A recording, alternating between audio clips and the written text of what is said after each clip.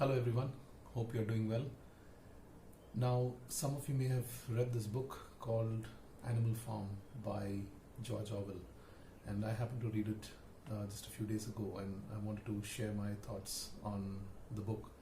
Now, it's a very interesting read, it's a very short read, and it's about animals in a farm who have overthrown um, humans who were ruling over them or managing them, and then they decide to manage themselves.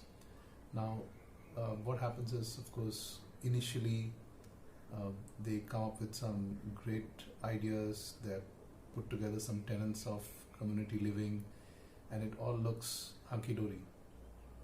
But what happens is, gradually over time, they realize that managing themselves is hard work, and power struggles and egos come in the way. And what happens after some time is that there are clashes, there are different factions, different points of views, and they are unable to resolve it. Ultimately, even though one of their commandments was that they shouldn't ever interact with human beings or collaborate with them, they finally end up doing so. And then they sell themselves to humans. They are not able to continue engaging with each other. There is a lot of mistrust, and finally the book ends, the author really says that you can't figure out who's human and who's animal. So in summary, it's a great reflection on our culture. It's a great reflection on organizational values. It's a great way to reflect on society. So I think the great lessons which I took away from this particular book, of course, is quite profound. It needs a lot of deep thought to it.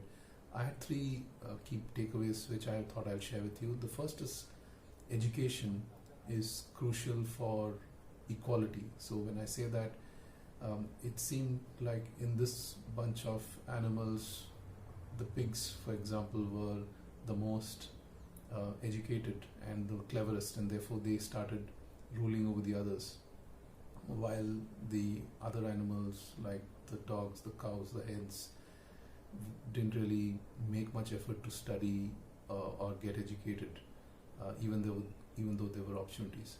And therefore I felt that was one big takeaway, because they were always at the mercy of the pigs, who always told them what was right, what was wrong.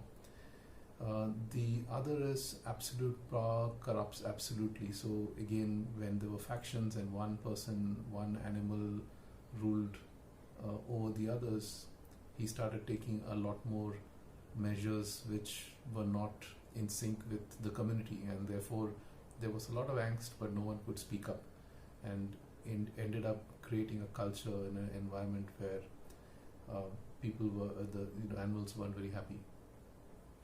And the third is, you need to let go of egos and always be wary of the vices which can come in the way of community living or thinking about how the culture can be moderated. So it's I think from the perspective of communicators, there's even a lesson on how you can message to people. So for example, there was a rebellion at the start of when the animals decided to rule themselves, and the messaging of the rebellion was so powerful that it stuck in their minds for so long, and the word spread in various other farms where other animals lived.